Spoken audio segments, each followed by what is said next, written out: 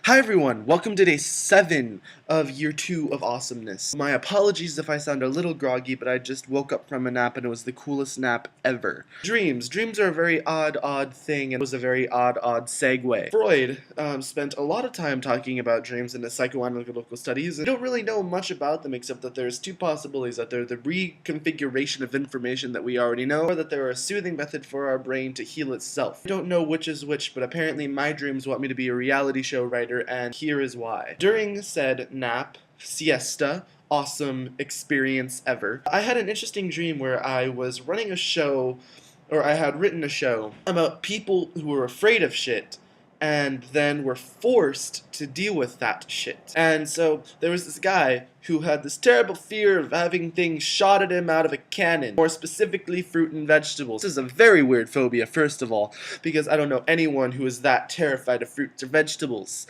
Fruits and vegetables are delicious. Why would you be afraid of them? I mean, yeah, sure, you should be afraid of anything shot out of a cannon. If someone was shooting a marble at me out of a cannon, I would still be terrified. My point rings true that fruits and vegetables are awesome. I was having this dream, and it was this very odd thing, and then I woke up and I made this realization of, hey, I should probably not write reality TV shows, because then shit like that would happen. But it's just a very odd thing that my mind would tell me, hey, you should probably go do this because it seems like you might kind of be good at that, except for the fact that I would write shows that no one would ever want to see. Like, seriously.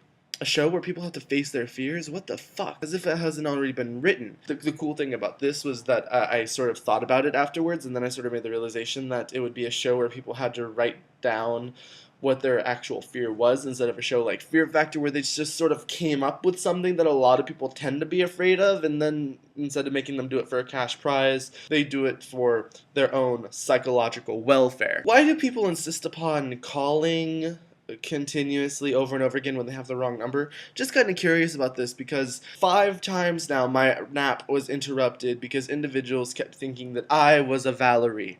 Might be gay, but I'm not that gay. I think I'll hold true to that one. Question for you guys. Do you ever actually sit down and analyze your dreams? And if you do, what is the most fun dream that you have ever analyzed? And yes, I need to start doing videos when I'm groggy more often, because I kind of feel like I'm a lot more fun this way.